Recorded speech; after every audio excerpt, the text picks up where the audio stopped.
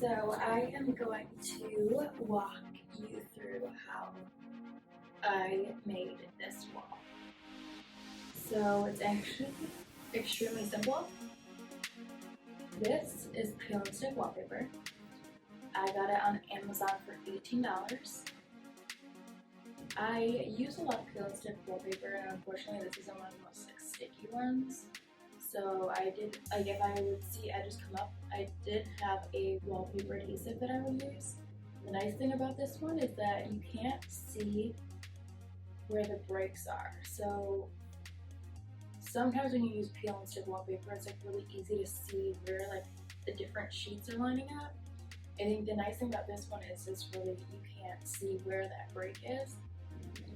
This is the wallpaper adhesive that I use, and then this is what I use when I'm putting up wallpaper. I'll smooth it as I'm putting it down to try to get rid of any air bubbles. Then it was time to do the behind the wall wiring, and this was the part that I was most scared to do because I had never done it before. But I got that kit off of Amazon. The nice thing is that it has everything that you need. It follows code, so there's specific code that you have to follow when you're putting wires behind walls so that you don't create any sort of fire hazard or anything like that. And the other nice thing is that it came with a drill bit that you add to your drill, and you then go up to the wall and it just takes out that section of the wall that you are gonna add this piece into, so it's super easy. So I used a stud finder to figure out, all right, where are my studs, because if I need this top part and that bottom part to be between the same studs, I need to figure out where my studs are. So I marked where the studs were with painter's tape so I knew where I had to drill the holes. But then I realized, all right, there's a horizontal rod just right here. So my wire was getting stuck behind the wall.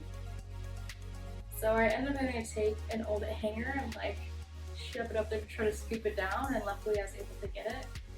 Just if you pick between the two studs that you want to do it, just do a quick stud finder run between so that you can see that you're not going to run into the same issue that I did. For this, so these are actually these very thin PVC tiles that I got off of Amazon, and I had to cut it around where I wanted the holes for the wire to go.